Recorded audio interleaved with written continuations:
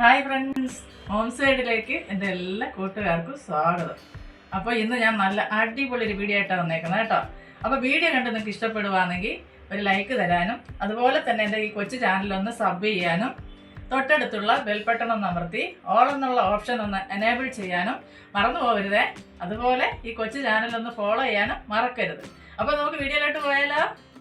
ഇന്ന് നമുക്ക് ടേസ്റ്റിയും അതുപോലെ തന്നെ ഈസി ആയിട്ടുള്ളൊരു ബ്രേക്ക്ഫാസ്റ്റ് എങ്ങനെ തയ്യാറാക്കുന്ന എങ്ങനെയാണെന്ന് നോക്കിയാലോ. അതിനായിട്ട് മിക്സിയുടെ ജാർ എടുത്തിട്ടുണ്ട്. അതിലേക്ക് 2 കപ്പ് പച്ചരിപ്പൊടി ചേർത്ത് കൊടുത്തിട്ടുണ്ട്.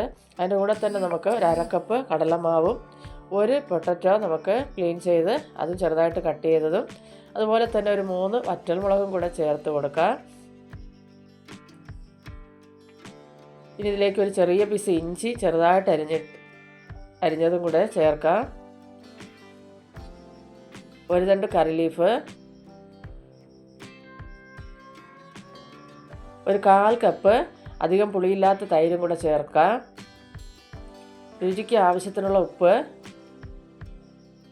1/4 ടീസ്പൂണോളം ബേക്കിംഗ് സോഡയും കൂടെ ചേർത്ത് നമുക്ക് നല്ലപോലെ അരച്ചെടുക്കേണ്ടതായിട്ടുണ്ട്. ഇനി ആവശ്യത്തിനുള്ള വെള്ളം ചേർത്ത് കൊടുക്കാം.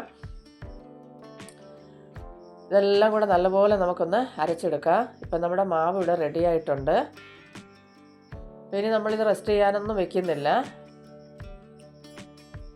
അപ്പോൾ തന്നെ നമുക്ക് മാവ് ഒന്ന് കലക്കി മിക്സാക്കിയതിന് ശേഷം നമുക്ക് ഈ ഉടനെ തന്നെ നമുക്കിത് ചുട്ടെടുക്കാവുന്നതാണ്. അപ്പോൾ വളരെ എളുപ്പത്തിലാണ് നമ്മളിത് തയ്യാറാക്കി എടുക്കുന്നത്. നിമിഷ നേരം കൊണ്ട് നമുക്കിത് തയ്യാറാക്കി എടുക്കാം. ഒത്തിരി സമയമൊന്നും വേണ്ട. അപ്പോൾ മാവിൻ്റെ ദോശമാവ് പരുവത്തിനൊന്ന് കലക്കി എടുത്തിട്ടുണ്ട് ഞാനിപ്പോൾ.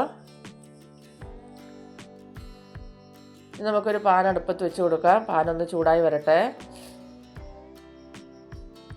അപ്പോൾ നമ്മുടെ പാൻ ചൂടായി വന്നിട്ടുണ്ട്. മാവ് ഇതുപോലെ കോരി ഒഴിച്ചതിന് ശേഷം നല്ലതുപോലെ നൈസായിട്ട് തന്നെ ഒന്ന് പരത്തിയെടുക്കുക.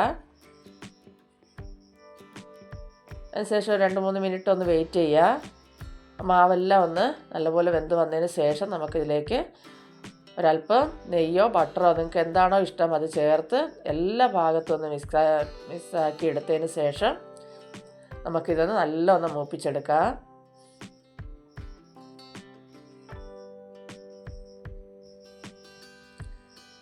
നല്ല രുചിയായിട്ടോ, നല്ല മൊരുമരാന്നുള്ള ദോശയാണ് നമ്മൾ എളുപ്പത്തിലാണ് തയ്യാറാക്കി എടുക്കുന്നത്.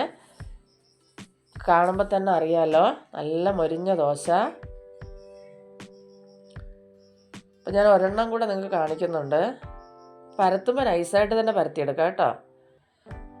നെയ്യ് ഇഷ്ടമില്ലാത്തവർക്ക് ബട്ടർ ഇഷ്ടമില്ലാത്തവർക്ക് ഓയിലായാലും കുഴപ്പമൊന്നുമില്ല. ഏത് ഓയിൽ വേണമെങ്കിലും നിങ്ങൾക്കിത് ചേർത്ത് ചുട്ടെടുക്കാവുന്നതാണ്. അപ്പോൾ ദോശ നമുക്കിവിടെ റെഡിയായിട്ടുണ്ട്. ഇനി നമുക്കിതിന് കറി പ്രത്യേകിച്ച് വേണമെന്നില്ല, എന്നാലും നമുക്കൊരു ചെറിയ ചട്നിയും കൂടെ തയ്യാറാക്കാം. അപ്പോൾ അതിനായിട്ട് മിക്സിയുടെ ജാർ എടുക്കാം. അതിലേക്ക് ഞാൻ തിളച്ച വെള്ളത്തിൽ കുതിർത്ത് വെച്ച 7-8 വറ്റൽമുളക് ചേർത്ത് കൊടുക്കുക. 2 ചെറിയ സവാള അരിഞ്ഞതും കൂടെ ചേർത്ത് കൊടുക്കുക. ഇനി നമുക്കൊരു ചെറിയ നെല്ലിക്ക വലിപ്പത്തിലുള്ള പുളിയും കൂടെ ചേർത്ത് കൊടുക്കുക. രുചിക്ക് ആവശ്യത്തിനുള്ള ഉപ്പ് ചേർത്ത് നല്ലപോലെ ഒന്ന് അടിച്ചെടുക്കുക. ഇനി നമുക്ക് ചമ്മന്തിക്ക് ഒരു താളിപ്പും കൂടെ. ഇതിന് വെളിച്ചെണ്ണ തന്നെ എടുക്കാൻ നോക്കുക. 2 ടീസ്പൂൺ വെളിച്ചെണ്ണ, 1/2 ടീസ്പൂൺ കടുകിട്ട് പൊട്ടിച്ച് ഇതിലേക്ക് കുറച്ച് കറി ലീഫും കൂടെ ഇട്ടെടുത്താൽ താളിപ്പ് റെഡിയായി. ഇനി നമുക്ക് ഈ എണ്ണ ചൂടോട് തന്നെ നമ്മുടെ ആ അരച്ച ചട്നിയിലേക്ക് ഒഴിച്ചു കൊടുക്കുക. ഇതൊന്ന് മിക്സാക്കി എടുത്താൽ നമ്മുടെ ചട്നി ഇവിടെ റെഡി. അപ്പോൾ സെറ്റല്ലേ? ചട്നിയും റെഡിയായി. ദോശയും നിമിഷ നേരം കൊണ്ട് നമുക്കിത് തയ്യാറാക്കി എടുക്കാവുന്നതാണ്. അപ്പോൾ ഉറപ്പായിട്ട് നിങ്ങൾക്ക് ഇഷ്ടപ്പെടും. ഇഷ്ടപ്പെട്ടാൽ ഒരു ലൈക്ക് തരാൻ മറക്കരുത് കേട്ടോ. അതുപോലെ തന്നെ നിങ്ങളുടെ പ്രിയപ്പെട്ടവർക്കെല്ലാം ഒന്ന് ഷെയർ ചെയ്ത് കൊടുക്കാനും മറക്കരുതേ. അപ്പോൾ ഈ വീഡിയോ എല്ലാവർക്കും ഇഷ്ടപ്പെട്ടെന്ന് കരുതുന്നു. അടുത്തൊരു വീഡിയോ ആയിട്ട് കാണുന്നതുവരെയും എൻ്റെ എല്ലാ കൂട്ടുകാർക്കും ബൈ.